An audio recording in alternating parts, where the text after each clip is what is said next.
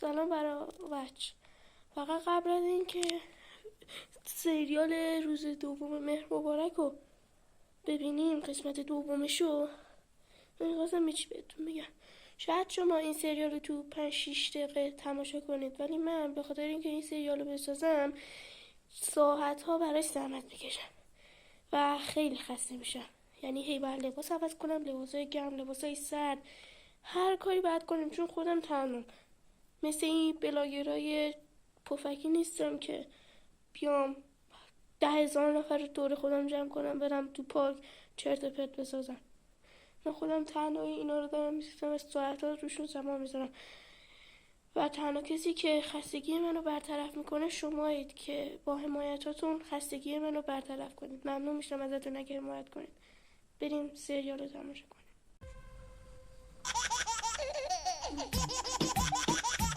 پاس بده پاس بده پدر. الله اکبر. آخه اون چه شوته تو میزنی؟ پاس بده. نخورش چون روش فکر کنم این کار فاطمه است، چون روش نمیشه نخورش میکنمش دقیقا.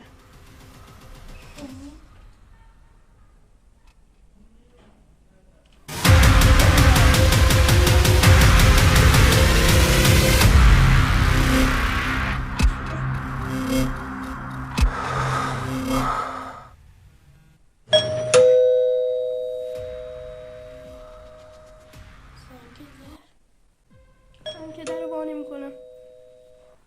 میترسم بابا. خوابشو دیدم حتما داره تعبیر میشه یه چیزی میشه.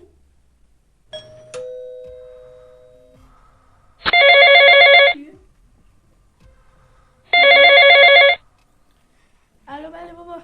عزیزم چرا در وانه میکنی؟ تو پشت دری؟ آره ده کی موخه باشه. ها ببخشید اومدم. بدبخت شدم بابام پشت در بوده.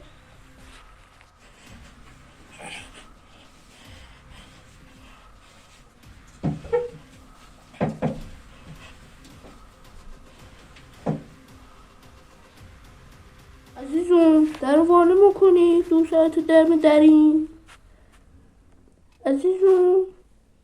آره بابا.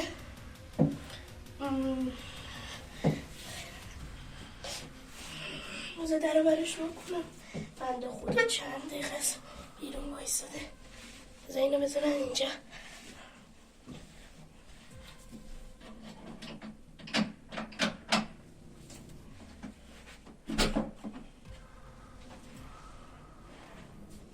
بابا بیا تو. ببخشید چند دقیقه است اینجایی. ای بابا عزیزم چرا در رو با نمی کردی؟ بابا ببخشید در رو با نکردم. فکر کردم میدم یه قاتل زنجیره‌ای پشت داره. یاک میکشی؟ نه بابا تریاکی نشدم. چه دیدم گفتم الان تحویل میشه. بگو اینا رو برو یه چای بریز. باش در من میریزم صبر کن. آی چی شد بابا؟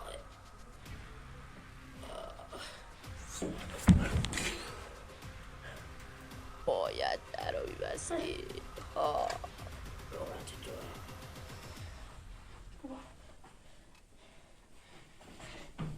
بلم کن منو میخوای چی از جونم بخوای؟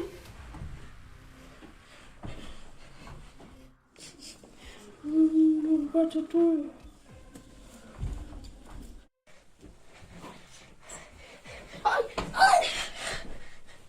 چی از جونم میخوای؟ جون تو جونمو جون تو بخوا. چه لحظه قشنگی بود وقتی بابا داشت جلوت جون میداد. بابا فقط به خاطر تو جلو نیا جون. آی ساده.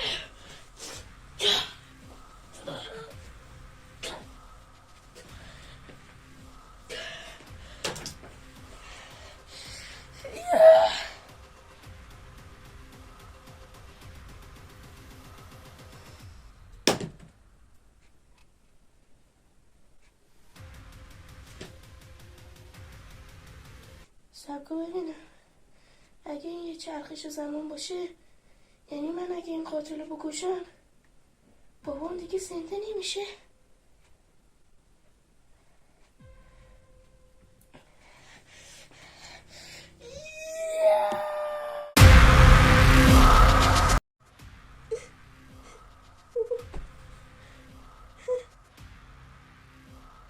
من چقدر داریم برگشتم از اول. بسا سعی بزنم بابا. خدایا. مشترک گرامی در حال مکالمه میباشد. لطفا منتظر بمانید. دردار دیگه مشغوله. سلام عزیزم. برداشت. الو بابا، سلام. بابا خوبی؟ چرا بد باشم عزیزم؟ بابا یه چی بهت بگم. بو بابا خیلی دوست دارم. منم همینطور. حالت خوبه؟ مگه بعد یه چیم بشه تا به تو بگم دوست دارم. بابا خیلی دوست دارم. خداحافظ.